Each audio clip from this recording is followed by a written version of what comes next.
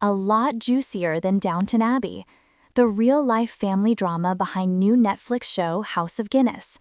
The latest show from Peaky Blinders creator Stephen Knight tells the thrilling story of brewing dynasty the Guinnesses, and was devised by Guinness descendant Ivana Lowell, laying bare her ancestors' rivalries, scandals, secrets, and tragedies. Ivana Lowell was in Ireland for a family gathering at Castletown, the Palladian mansion restored by her cousin Desmond Guinness in County Kildare, when inspiration struck. She and others were watching, in a desultory way, an episode of Downton Abbey on television. The sight of the fictional Crawleys throwing polite barbs at each other across the dining table made Lowell realize something. Our family history was a lot juicier and more interesting than this. Plus, it was all true, she tells the BBC from her airy East Hampton dining room. When she returned home to Long Island in New York, she sat down and wrote a 20-page television treatment, a dramatic retelling of the triumphs and travails of her clan, descendants of Arthur Guinness, born 1725, who first brewed the famous Irish stout beer which now sells over 10 million glasses a day around the world. Fast forward a decade, and Lowell's concept has been brought to life by the acclaimed TV writer and director Stephen Knight, best known for Peaky Blinders. 8 episodes of House of Guinness will drop on Netflix on 25 September, with a prominent call-out in the credits, based on an idea by Ivana Lowell.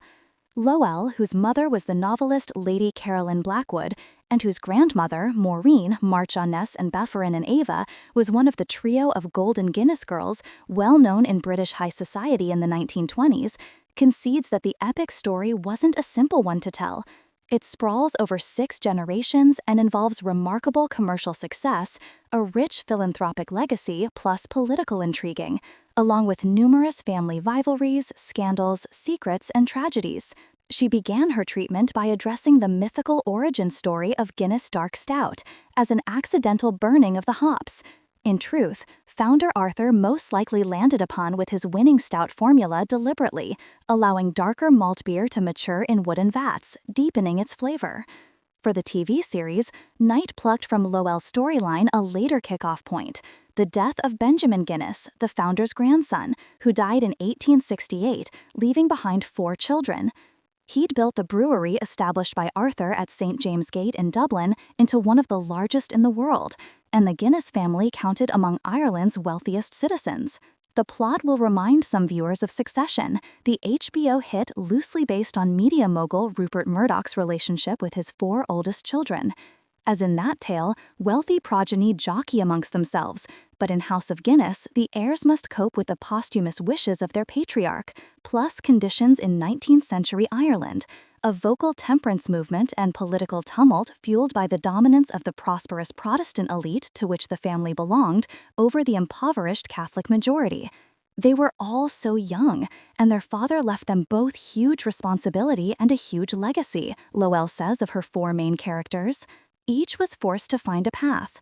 As a woman, Anne, the sole daughter, inherited only a nominal amount, but committed herself to tapping family funds to improve the lives of the poor and sick in Dublin and elsewhere in Ireland.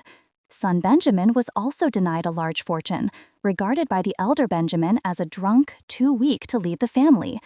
Eldest son Arthur expected that the role to be given to him, and that he'd enjoy a free hand with his controlling interest in the brewery, only to learn at the reading of his father's will that he would be compelled to share ownership with his clever but dour brother Edward. The complicated partnership of these 2 brothers, opposites, yoked together and frequently resentful of one another, forms the dramatic heart of House of Guinness.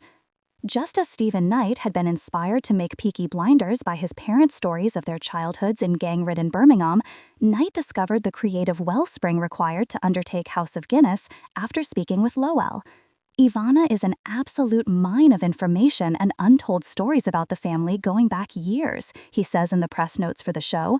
Meeting her was the best bit of research imaginable, because you didn't just get the stories, you got the family confidence and the spirit and the slight madness. I was hooked.